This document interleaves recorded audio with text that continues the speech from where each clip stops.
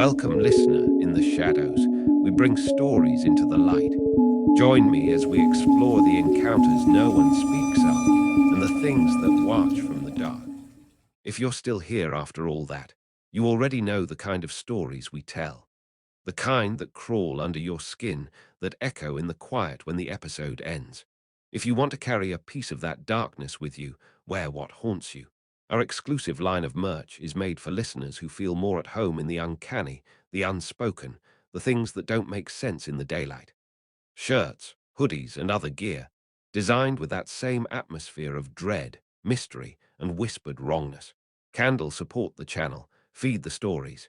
You can grab yours at https://theshadows.printify me, and as always, don't look behind you. I drowned as a child. This is what I saw beyond life.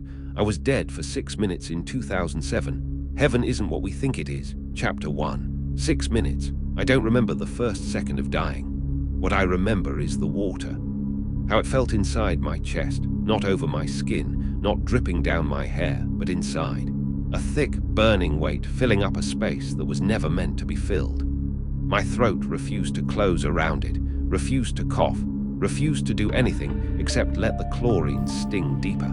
The babysitter's pool was ordinary, a shallow rectangle of blue in the late afternoon sun. I remember the shimmer of light at the surface, fractured like broken glass above me. I was 9 years old, but I had always been too nervous to dive, too clumsy to swim without thrashing. That day, my foot slipped on the slick ladder rung, and instead of laughing like the other kids, I went under. At first, I thought I could push myself back up. I clawed at the water, chest convulsing, body twisting, but it was like the pool had widened into an ocean. Every movement dragged me deeper. The muffled shrieks of children bent around the liquid in my ears, distorted into warped tones that didn't even sound human anymore. I opened my mouth to scream, and the water came in like a thief. Then the panic quieted. That was the strangest part. The searing in my lungs dulled, my body went limp, and I remember my arms drifting out like they belonged to a ragdoll. I could see sunlight shimmering just above, a flicker of gold between ribbons of blue, but it looked impossibly far away, like a star at night. And then, darkness. Not the kind you close your eyes into. It was thick, almost physical, a velvet weight draped over me. I thought I'd blacked out, but then I noticed something I could still feel. The water was gone, replaced with air that wasn't air, and silence that wasn't silence. The silence was full, saturated, a pressurized void that hummed like it was alive. When I opened my eyes, I wasn't at the bottom of the pool anymore. I was standing, barefoot. The ground beneath me wasn't stone or grass, but something smooth and pale, stretching out endlessly. The air smelled faintly metallic, like blood warmed under the sun, though I couldn't see a sun anywhere. Instead, above me was a sky so massive and blank it looked like someone had erased it with a cloth, grey but infinite, and I wasn't alone. They were everywhere, faceless shapes. People maybe. Dozens, hundreds, maybe thousands of them all standing in rigid rows. Their skin was washed out, like colour had been siphoned from them. Not pale, not ghostly white, just emptied. They didn't move, didn't twitch, didn't breathe. But every single one of them was staring upward at the sky. I wanted to speak. I tried. But my voice came out muffled, like I was still underwater. My own breathing sounded alien, too loud in that place. Then I heard it. The sound that has haunted me ever since. Above the blank sky, somewhere impossibly high, something was breathing. Slow, cavernous, deliberate breaths. Like lungs the size of continents expanding and collapsing. The sound rattled in my bones. Every inhale dragged air into a chest that wasn't mine, and every exhale brushed the crowd with a subtle shift of the ground, as though whatever was sat just beyond the veil of the sky, waiting. The faceless figures never moved, but I swear I saw their heads tilt ever so slightly each time it inhaled, as if they were in rhythm with it, as if they were waiting for it to notice me. And it did. The breathing stopped. The silence that followed wasn't relief. It was worse, because now the silence wasn't full, it was expectant. The faceless crowd didn't turn toward me, but I felt them change, like the pressure of their attention had pivoted, like I had broken the rules simply by being there. I don't remember what happened next, or maybe I've forced myself to forget. Because the next thing I knew, I was coughing water onto concrete, my babysitter screaming, my chest convulsing as air tore its way back into me. 6 minutes had passed.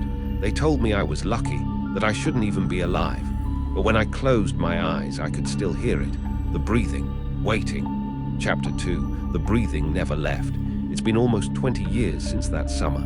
I was 7 years old, and now I'm in my 30s. If I'm honest, the memory should have softened by now, dulled down like a scar until it's barely felt.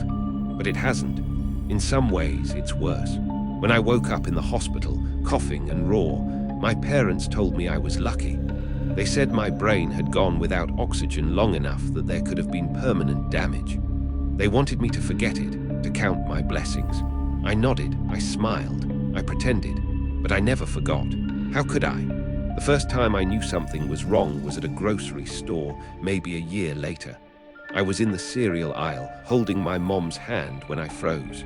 A man was standing at the far end of the row, facing the shelves but not moving, not touching anything. He wasn't shopping. He was just there, still.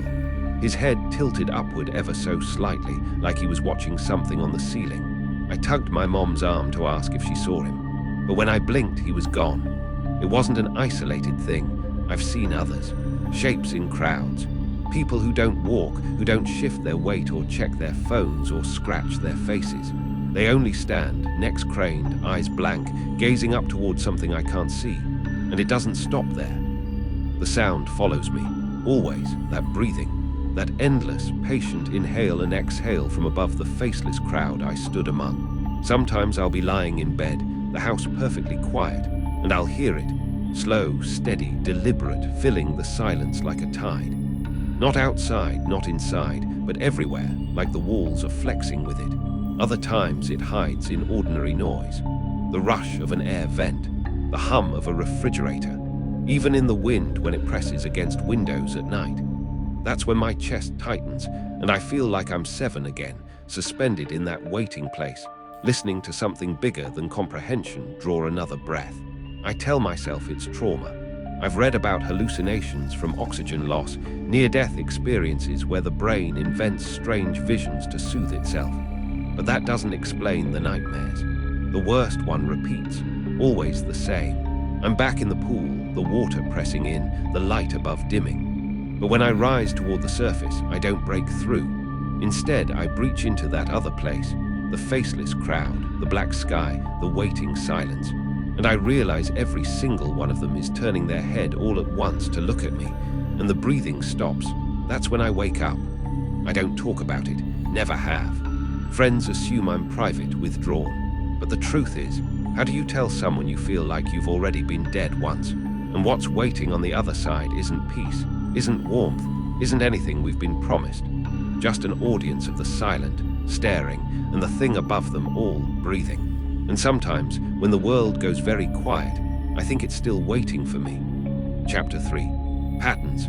I didn't tell anyone at first. Not my parents, not my friends, not even the therapists my mom sent me to after I started having trouble sleeping as a teenager. It always felt bigger than words. And every time I thought about saying it out loud, I could almost feel that weight pressing back down on me, like a wet hand clamping over my mouth. But eventually, in the kind of lonely insomnia that makes you desperate for answers, I started looking. At first, I typed the obvious things into Google. Near-death experiences heaven. I died and saw nothing. ND dark place. Most of what came up was what you'd expect. People talking about tunnels of light, warm presences, being greeted by relatives or angels. A couple blogs looked like clickbait, promising proof of the afterlife or evidence that heaven is real. None of it fit. It all felt like propaganda written for people desperate for comfort. Then I started finding the cracks. There were smaller stories, buried in forums and old message boards, usually posted years ago and abandoned without follow-up. They weren't written like testimonies. They read more like confessions. A woman from Minnesota who drowned in a lake and said she remembered standing in a crowd where no one would look at me. A man in Germany who flatlined on an operating table and described hearing, breathing above the sky, so deep it made my bones vibrate. a post from 2009, long since locked, where a user claimed that what waits for us isn't heaven but a holding pen, a waiting room. His words. My hands would tremble as I read them, scrolling and scrolling, trying to convince myself it was coincidence. But the similarities were too sharp, too familiar. The same faceless people, the same sound, the same awful stillness. It felt like stumbling across an underground map of something no one was supposed to chart. And once I noticed it, I couldn't stop. I started going deeper, reading medical journals, watching conference talks, hunting down books on near-death research. Doctors always brushed it off as hypoxia, brain misfiring, hallucinations created by trauma. But that explanation never rang true, because oxygen starvation might make you see light, might make you feel euphoria, floating calm. It doesn't create the memory of a place that still breathes through you years later. And the more I read, the more I realized how many stories, how many testimonies quietly go missing. Articles disappear, blogs shut down, users delete their accounts after making one post, like someone or something doesn't want us pulling the thread too far. Chapter 4, The Still Ones. I don't remember waking up there. I don't remember falling. It was just a sudden knowing that I was standing, barefoot, in a place that had no ground and yet held me steady. The first thing that hit me wasn't sight, but sound. A sound so enormous that at first my brain refused to register it. It was like being inside someone's lungs, the slow expansion, the long hollow collapse again and again. Breathing, not whined, not tied, breathing. And it was above, always above. When I finally dared to lift my head, I saw only an endless blankness. Not dark, not light, but something worse, a kind of stretched nothing, like staring at the static of a dead channel until your eyes water. But the worst part wasn't up. The worst part was all around me. They weren't people, at least not anymore. I saw figures, hundreds, maybe thousands, arranged in a loose, endless crowd, standing shoulder to shoulder, not moving, not even swaying, each one with their head tilted back, faces turned upward to that yawning sky. I thought at first their eyes were closed. Then I realized they didn't have eyes, just smooth planes where features should have been. Skin stretched blank across where mouths, noses, expressions should have lived. And still, I knew they were waiting. I was small, scared, barefoot, a kid who should have been in a swimming pool. My chest ached, not with water anymore, but with the sharp, lonely awareness that I did not belong there. I whispered, "Hello." Every faceless head turned down in unison. Not fast, not jerky, just impossibly smooth, like one thought controlled them all. And they looked at me, not with eyes, but with something worse. The pressure of being regarded without sight. My legs wanted to run, but there was nowhere to go. There was no pool, no fence, no street, no earth. Just this stage of waiting and me, the mistake in the crowd. And then the breathing above shifted. For the first time, it wasn't steady. It paused, drew in deeper, as though it had just noticed something new, as though it had just noticed me. Chapter 5. I don't know how long I stood among them, the faceless people. The silence in that place had a texture to it, like wool stuffed into my ears, heavy and suffocating. Even though there was no breeze, no movement, I had the unshakable sense that the silence was alive. It was not absence, but restraint, a held breath, a waiting. The crowd stretched out in every direction, millions of figures, maybe billions, standing in tight rows like statues. They had the shape of people, arms, legs, torsos, but their faces were smooth, without mouths or eyes. And yet I felt them staring, not at me, but up, always up. I followed their gaze. Above was no sky, no sun, no stars, just a void that seemed impossibly deep, like the ceiling of a cavern so high I could never reach it with my eyes.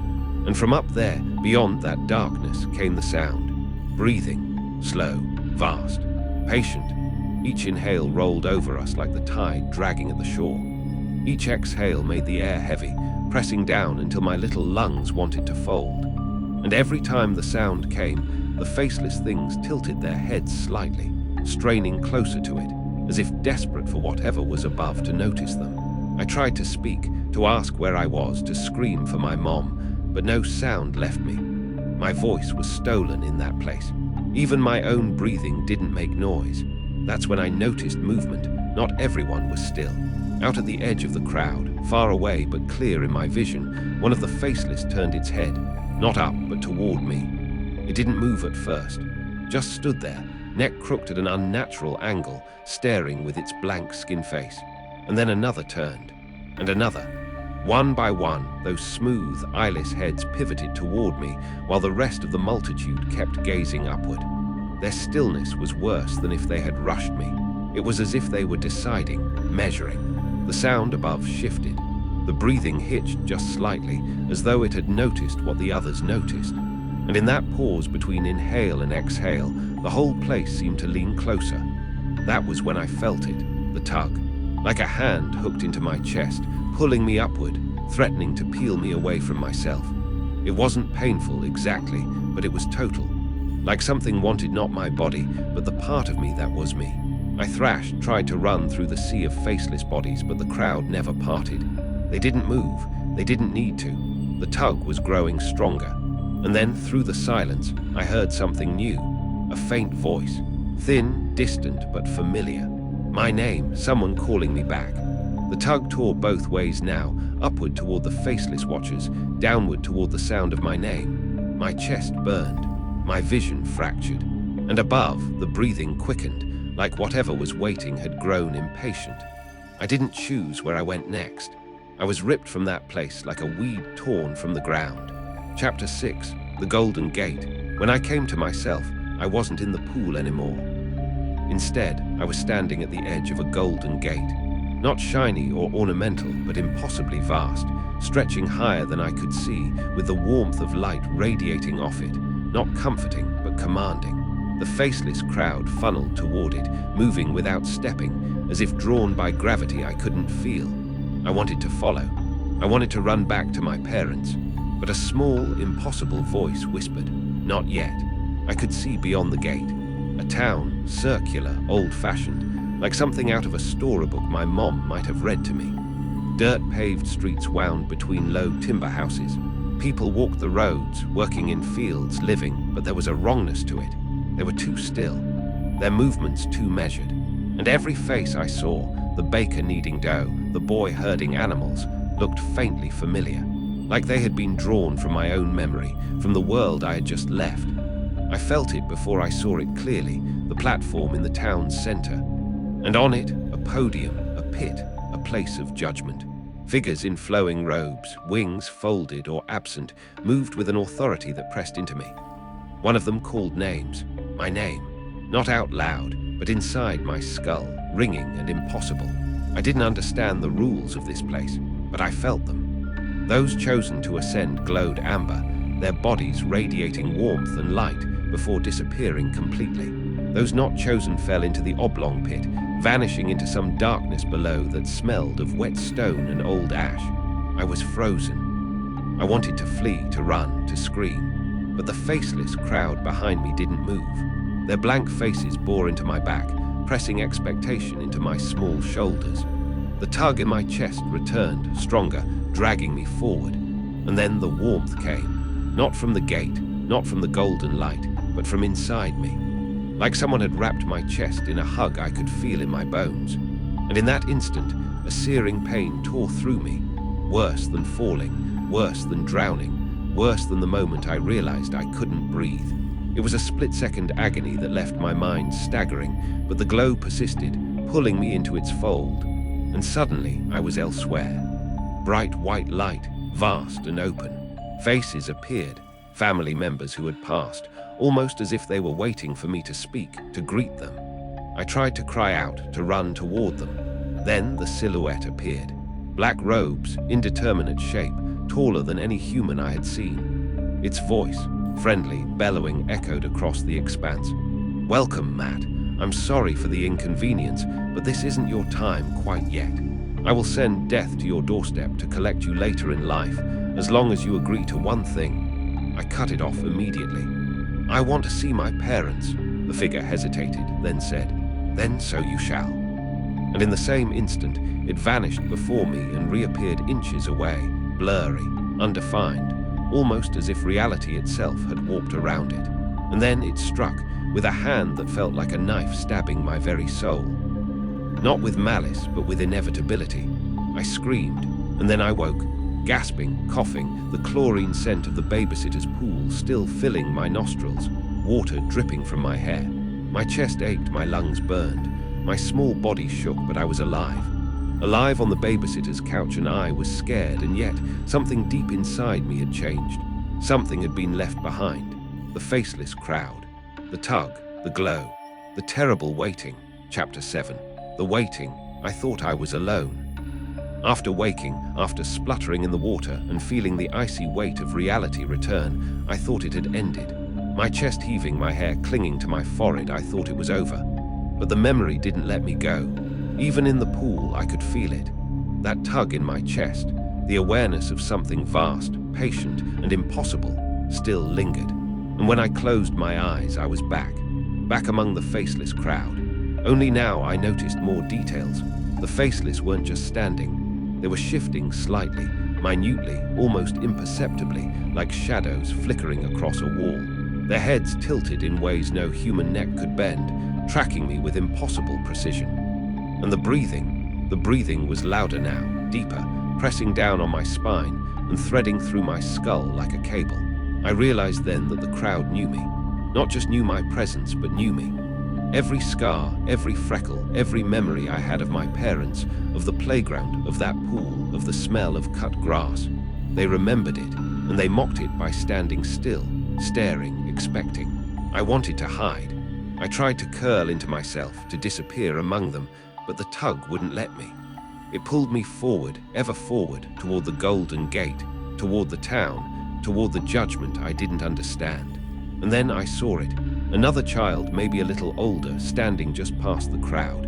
Faceless, yes, but somehow eerily familiar. I staggered forward, trying to call a name to make sense. The child raised a hand. Not in greeting, not in warning, just lifted it. And then the hand was gone, replaced by a shadow that stretched across the crowd. The more I moved, the more the faceless people shifted. They were learning me.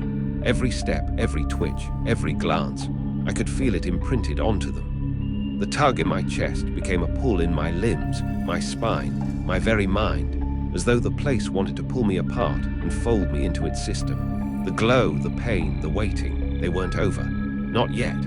Somewhere in the distance beyond the Golden Gate, I could sense the figures on the podium, whispering without sound, judging without eyes. I didn't understand their words, but I understood their meaning. You will come back. You will be chosen. You will not escape. And in that moment, I realized that waking up was only temporary, that the child I was, standing shivering beside the pool, had already been marked by the waiting place. The faceless crowd had etched me into their stillness, and one day they would call me back. Chapter 8, Shadows in the Crowd. Even now, decades later, I feel it in the smallest moments. The tug in my chest, the oppressive waiting. The faceless crowd may have vanished when I woke in that babysitter's pool, but the memory didn't leave. It comes back in ordinary places. Grocery stores, streets, malls, standing on a crowded platform waiting for the train. Sometimes a few people don't move at all. Their eyes, or the space where their eyes should be, tilts slightly upward, and my chest tightens. A silent alarm goes off in my body that I can't ignore. I used to tell myself it was imagination, fatigue, anxiety, but then the sound started. Not voices, not music, just breathing, slow, deliberate, deep. It doesn't come from a person, it comes from everywhere, from above, from inside my head. Sometimes, in the middle of the night, it leans over my house, and I lie frozen, listening to it, waiting for something to arrive that I can't see. I've tried to research it. Near-death experiences, accounts of liminal places, visions from those who died briefly and returned. Many are comforting, warm light, angels, reunions with loved ones. Mine wasn't. Mine was a waiting room, a place of judgment and observation, endless and impersonal, yet intimately aware of me. And every time I hear the slow, cavernous breathing, I remember the tug in my chest. I remember the faceless crowd, standing shoulder to shoulder, tracking me with their stillness. I remember the Golden Gate, the town beyond it, and the figure in robes.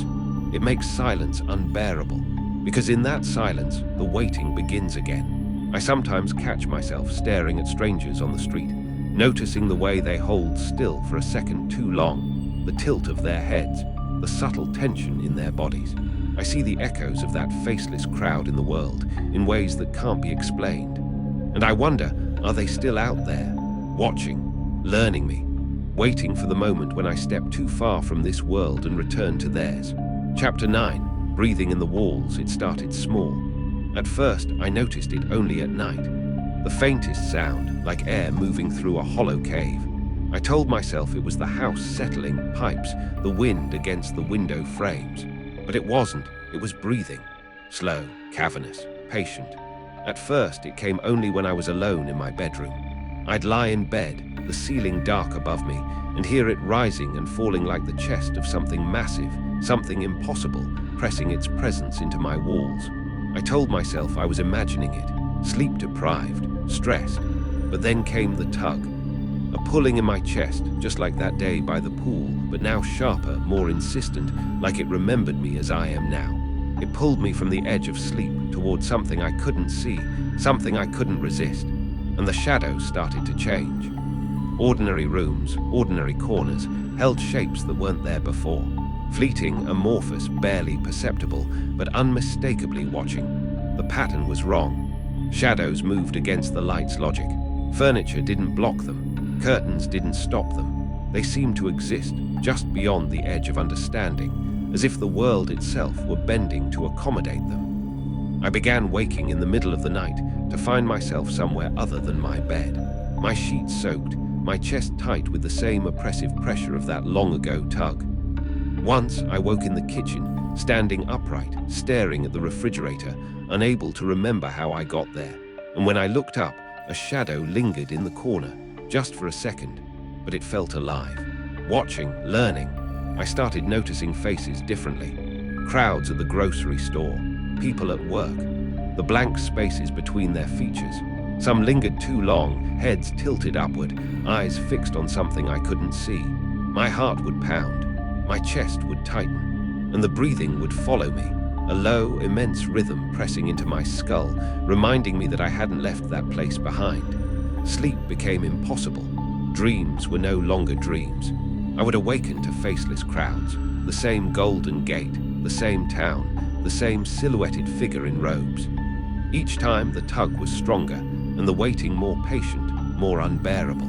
I began to wonder if the child who drowned that day had ever truly left the pool, or if someone, had come back with me, hiding just out of sight, waiting for the moment I'd notice. And I was starting to notice.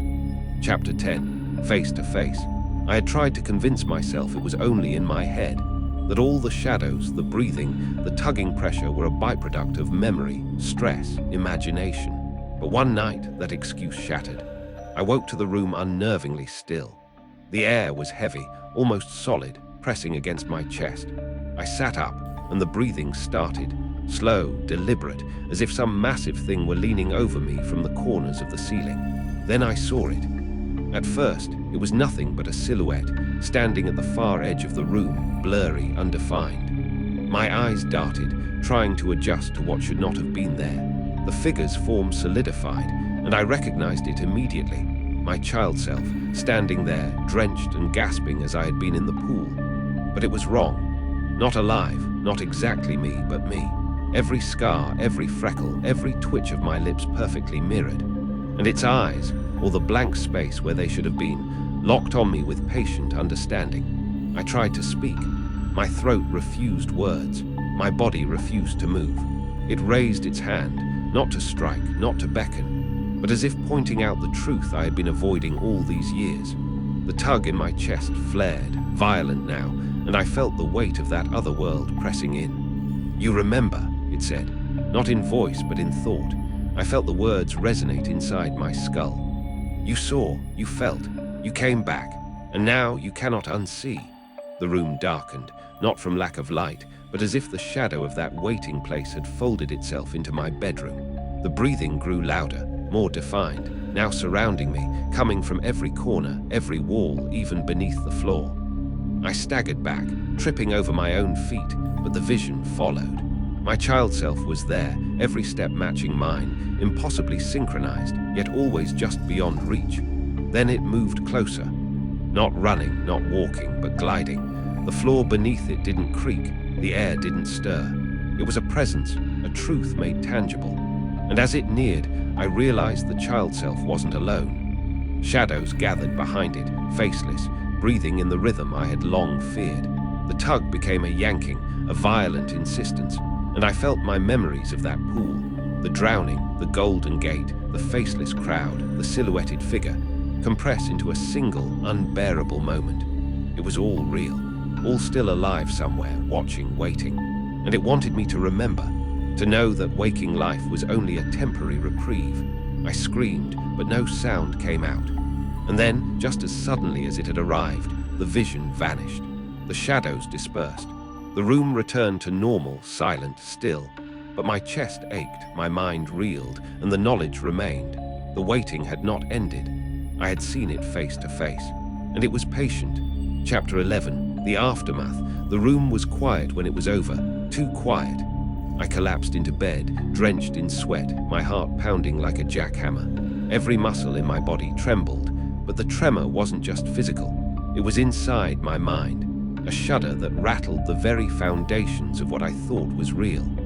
I kept expecting it to return. Every creak of the house, every whisper of wind against the window, sounded like its approach. My breathing remained shallow, hyper-aware, as if even the act of drawing air could betray me to whatever was still out there. Sleep became impossible. I would lie in darkness, counting breaths, each inhale and exhale tainted by the memory of that faceless, mirrored child. The shadows in the corners of my room began to pulse subtly, shifting in rhythm with my heartbeat. Sometimes they lingered longer than they should, stretched in ways light and logic couldn't account for. I noticed people differently, too. A stranger at the store whose face didn't quite move as I expected. A friend at work standing a fraction too still. Their eyes, blank or staring just above me, reminded me of the waiting crowd. And the breathing, it followed me everywhere now. Not constant, but enough to remind me that I wasn't alone, that I had never truly left that place. I tried to convince myself it was stress, trauma, memory. But the memory wasn't soft. It was vivid, tactile, pressing into my ribs and spine. My adult mind could analyze, rationalize, and research, but the child who drowned in that pool had left an imprint that logic couldn't erase. The worst part was the anticipation, the waiting. Every night, every silent moment, I felt it pulling at me, just as it had in that other world. It didn't hurry, it didn't make noise, it simply waited, patient, endless. I realized that life itself had become a temporary reprieve. Every mundane day, every casual interaction, was a pause between encounters I could not escape. I began seeing shapes in crowds more clearly now. Shadows that didn't belong, faces that didn't move like people should. And sometimes, in the dead of night, I heard the low, cavernous exhale that had first greeted me beyond the golden gate. It reminded me that the waiting hadn't ended, that it was patient, watching, learning, and that one day I would have to go back. Chapter 12. The return. I had thought the visions were over, thought the shadows had relented, that the tug in my chest had dulled with age. I was wrong. It started the night I returned to the pool where it all happened. Nostalgia, a foolish desire to confront the memory. The water was still warm from the summer sun, still deceptively calm. I knelt at the edge, staring into the rippling reflection of my own face, and felt it. The slow, cavernous inhale behind my ribs, the silent exhale pressing into my skull. Then the water moved, not with wind, not with current, but with intention. The ripples coalesced into shapes. Shadows formed, rising, stretching upward. And I saw them. My child self, and behind it the faceless crowd, countless, patient, each one tethered to me by invisible threads. I stumbled back, gasping, heart hammering. The breathing became louder, resonant, filling the space around me and inside me. And then I saw it, the figure in robes, blurry, immense, standing just beyond the waterline. Its presence made the air viscous, bending the faint light around it. "You came back," it said, not in words, but in thought. My skull resonated with the voice, friendly, bellowing, yet terrifying in its authority. "And yet you cannot stay." I tried to run, but my body refused. Every step, every move, slowed as if the world itself were resisting me. The faceless crowd closed in from all sides, learning me, copying me, mirroring my panic and hesitation. Their blank stares pressed into my mind, memories of my life reflected back at me, every choice, every misstep, every fleeting joy. The figure approached. I could feel its gaze more than see it, and the tug in my chest became a pull that threatened to tear me apart. It was all around me, a force I couldn't resist, pulling me into the waiting, the judgment, the infinite patience I had glimpsed as a child. And then I understood. The golden gate, the endless plain, the faceless crowd, they weren't illusions. They were real somewhere, waiting, patient, observing. And now, after all these years, I had returned to them, drawn back by my own memory, my own choices. The child self reached out, and for a moment I could almost touch it. The figure in robes was upon me, and the faceless crowd leaned closer. I felt the pull, the tug, the inevitable drawing into something ancient and immense. The exhale filled my lungs, rattled my chest, and I understood. This was the same as the pool, only stronger, older, and infinite.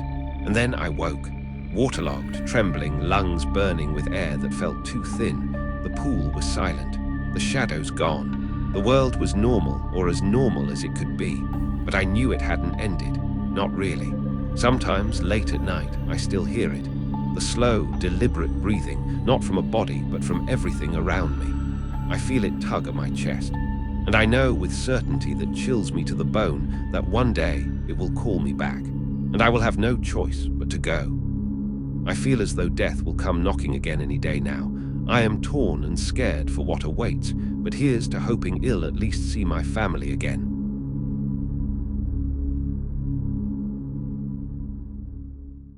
You made it back for now, but the things in the dark never truly leave, do they? They watch, they wait, and perhaps they remember you now too.